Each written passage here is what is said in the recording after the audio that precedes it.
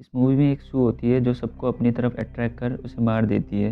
वैसे मूवी का नाम तो रेड सू है, पर पूरी मूवी में हमें सिर्फ पिंक सू ही दिखाया जाता है। पता नहीं राइटर ने क्या फूक के मूवी का टाइटल लिखा था। खैर, अब मूवी की शुरुआत में हमें एक लड़की को दिखाया जाता है जो किसी का इंतज़ार कर रही होती है। तभी उसकी नज़र सामने पड़ी पिंक कलर की शूज़ पर पड़ती है, जिसे वो काफ़ी पसंद आता है। ये लड़की उस शू को उठाने वाली होती है, तभी एक दूसरी लड़की उस शू को उठा के चल देती है और ये लड़की घोंचू की तरह बस उसे देखती रह जाती है। अब थोड़ी दूर चलने के बाद इस लड़की को लगता है कि कोई इसका पीछा कर रहा है, पर जब वो पीछे मुड़ती है तो उसके पीछे कोई नहीं होता। लेकिन तभी इस लड़की की पैर कट जाती है, जिससे हमें पता चलता है कि ये शू एक शापित शू है। लेकिन इस लड़की को ज़रूरत ही क्या थी उस शू को पहनने की। अब पहनते रहना सारी उम्र शूज़। खैर, अब हमें संजय नाम की एक औरत को दिखाया जाता है जो एक डॉक्टर होती है, जिसकी एक छोटी सी बेटी भी है। संजय अपने हस्बैंड से अलग हो जाती है और एक पुराने अपार्टमेंट में जाती है जहाँ सिर्फ एक बुरी औरत ही रहती थी। ये जगह बहुत पुरानी है और लोगों को मानना है कि यहाँ पर डेविल रहता है, क्योंकि इस जगह पर पैरानॉर्मल एक्टिविटीज़ होती रहती है। अब संजय के पास इतने पैसे नहीं होते हैं कि वो किसी अच्छे से अपार्टमेंट में रूम ले सके, इसलिए संजय को मजबूरन यहाँ रहना पड़ता है। अब रूम का सारा सामान बिगड़ा हुआ आता है, इसलिए संजय खुद ही रिपेयर करने लग जाती है। और जब संजय लाइट को रिपेयर कर रही होती है, तभी वो लाइट ब्लास्ट हो जाता है और एक कांच का टुकड़ा उसकी आंखों पर गिर जाता है। जिसके बाद संजय एक डॉक्टर के पास जाती है जो उसकी फ्रेंड होती है। अब यहाँ पर हमें पता चलता है कि संजय का क्लिनिक अंडर कंस्ट्रक्शन में है। इसके बाद संजय स्टेशन में ट्रेन का वेट कर रही होती है। फिर उसे ट्रेन में वही पिंक शूज़ दिखती है। संजय आसपास देखती है तो कोई नहीं होता, इसलिए संजय इस शू को अपने साथ लेकर आ जाती है, क्योंकि संजय को ये शूज़ काफ़ी पसंद भी होती है। घर पर संजय इस शू को पहनती है तो उसे अजीब सा फील होने लगता है। साथ ही संजय को एक विज़न भी आता है जहाँ एक लड़की इसी पिंक शू को पहनकर डांस कर रही होती है, जो काफ़ी बेहतरीन डांस करती है, जिसे देखकर एक लड़की बहुत जेलस फील करती है। संजय को लगता है कि वो थकी हुई है, इसलिए उसे ऐसी विजन्स आ रही है, इसलिए संजय इस विज़न को इग्नोर कर देती है। और तभी संजय की बेटी आ जाती है और कहती है कि मॉम, मुझे भी ये शूज़ ट्राई करने हैं, पर संजय उसकी बेटी को मना कर देती है। अगले दिन संजय अपनी बेटी को स्कूल छोड़ने के बाद कंस्ट्रक्शन साइट पर जाती है, जहाँ उसे एक लड़का मिलता है जो उसकी क्लिनिक का काम कर रहा होता है। संजय उससे कहता है कि तुम दिन भर बहुत मेहनत करते हो, इसलिए मैं तुम्हें डिनर के लिए इनवाइट करना चाहती हूँ। इसके बाद हम संजय की बेटी को देखते हैं जो घर पर अकेली होने के कारण उस पिंक शू को पहन लेती है, जहाँ हम साफ देख पाते हैं कि ये शूज़ इसके पैरों के साइज़ से काफ़ी बड़ा है और अगले ही सेकंड में ये शूज़ बिल्कुल उसकी साइज़ की हो जाती है। इसके बाद जब वो लड़का डिनर के लिए आता है तो संजय की बेटी उससे पूछती है कि ये आदमी कौन है और क्यों आप मेरे डेट के साथ नहीं रहती हो। ये सुनकर संजय बहुत गुस्सा हो जाती है, इसलिए वो अपनी बेटी को अंदर जाने के लिए कहती है। जिसके बाद संजय इस लड़के से कहता है कि मैं और मेरे हस्बैंड अलग हो चुके हैं, क्योंकि हमारे बीच कुछ भी ठीक नहीं था। या डिनर के बाद इस लड़के को भी वो पिंक शू काफ़ी पसंद आता है। पता नहीं, अब मुझे तो इसके जेंडर पर ही शक होने लग गया है। खैर, अब रात को सपने में संजय को बहुत डरावनी विजन आते हैं, जहाँ उसे एक लड़का और एक लड़की शादी की ड्रेस में दिखाई देता है।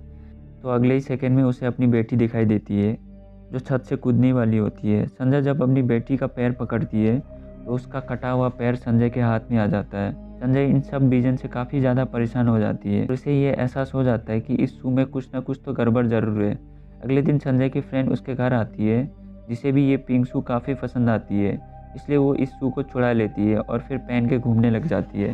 पर थोड़ी देर बाद इस मोटी को ऐसा लगता है कि कोई इसका पीछा कर रहा है।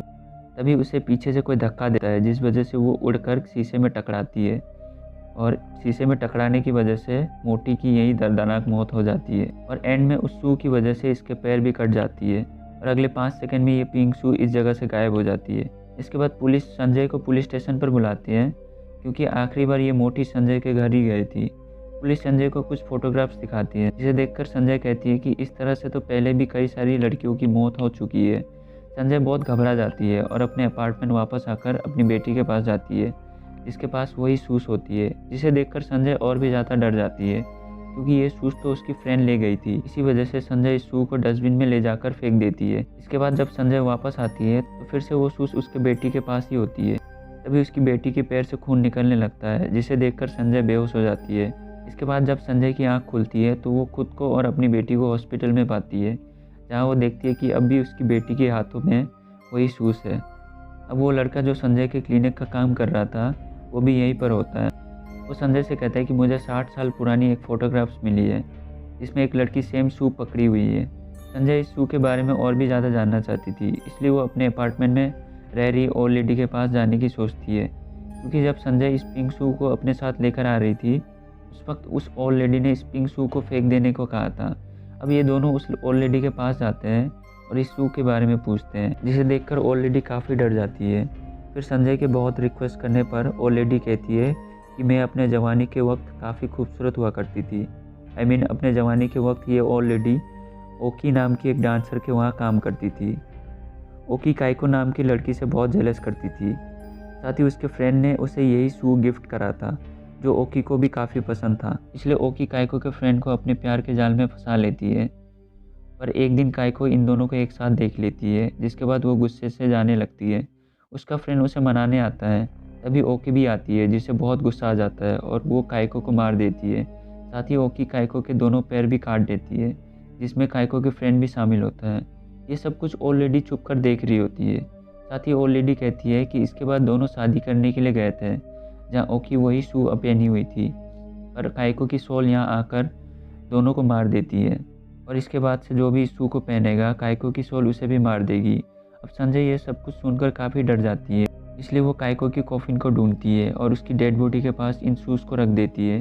संजय को लगता है कि अब शायद सब कुछ ठीक हो जाएगा, क्योंकि उसने काइको की शूज़ उसे वापस कर दी होती है। तभी हम देखते कि संजय उस लड़के को भी पसंद करने लग जाता है, इसलिए वो उससे मिलने जाती है। पर वो लड़का संजय से नफरत करता है, क्योंकि उसे सब कुछ सच पता चल गया था कि संजय अपने हस्बैंड से अलग नहीं हुई थी, बल्कि उसने खुद ही अपने हस्बैंड को मार दिया था। ये सब कुछ इस लड़के को संजय की बेटी ने ही बताया होता है। संजय ये सुनकर बहुत गुस्सा हो जाती है और घर आकर अपनी बेटी को मारने के लिए जाती है।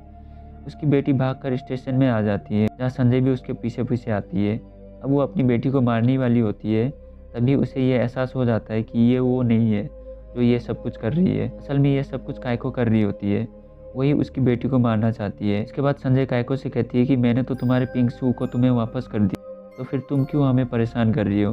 तभी काइको की सोल आ जाती है, जिसे देखकर संजय और मेरी दोनों की फट जाती है। अब काइको संजय से कहती है कि तुम पहले ओकी हुआ करती थी, वही डांसर जिसके अंदर लालच और जेलसी भरा हुआ था। साथ ही काइको की सोल कहती है कि तुमने ही अपने हस्बैंड और अपने फ्रेंड को मारा है और अब तुम ही अपनी बेटी को मारना चाहती हो। और इसी के साथ ये मूवी यहीं पर ख़त्म हो जाती है। मूवी को डायरेक्ट किया है किम योंग यून ने और IMDb पर इसकी रेटिंग है 5.8 आउट ऑफ 10। खैर, अब आपको ये स्टोरी कैसी लगी ये आप मुझे कमेंट सेक्शन पर ज़रूर बताएं। साथ ही अगर आपको इस मूवी की स्टोरी और मेरी एक्सप्लेनेशन अच्छी लगी हो तो एक लाइक कर देना, और अगर आप आगे भी इसी तरह की मूवीज एक्सप्लेनेशन और भी देखना चाहते हो तो आप मेरे चैनल को सब्सक्राइब कर बेल नोटिफिकेशन को ऑल कर दीजिए, जिससे आपको मेरी हर नई वीडियोज़ की अपडेट्स मिलती रहे। तो बस यार, आज के लिए इतना ही। मिलते फिर अगली वीडियो में, है ना। चलो फिर बाय, टेक केयर।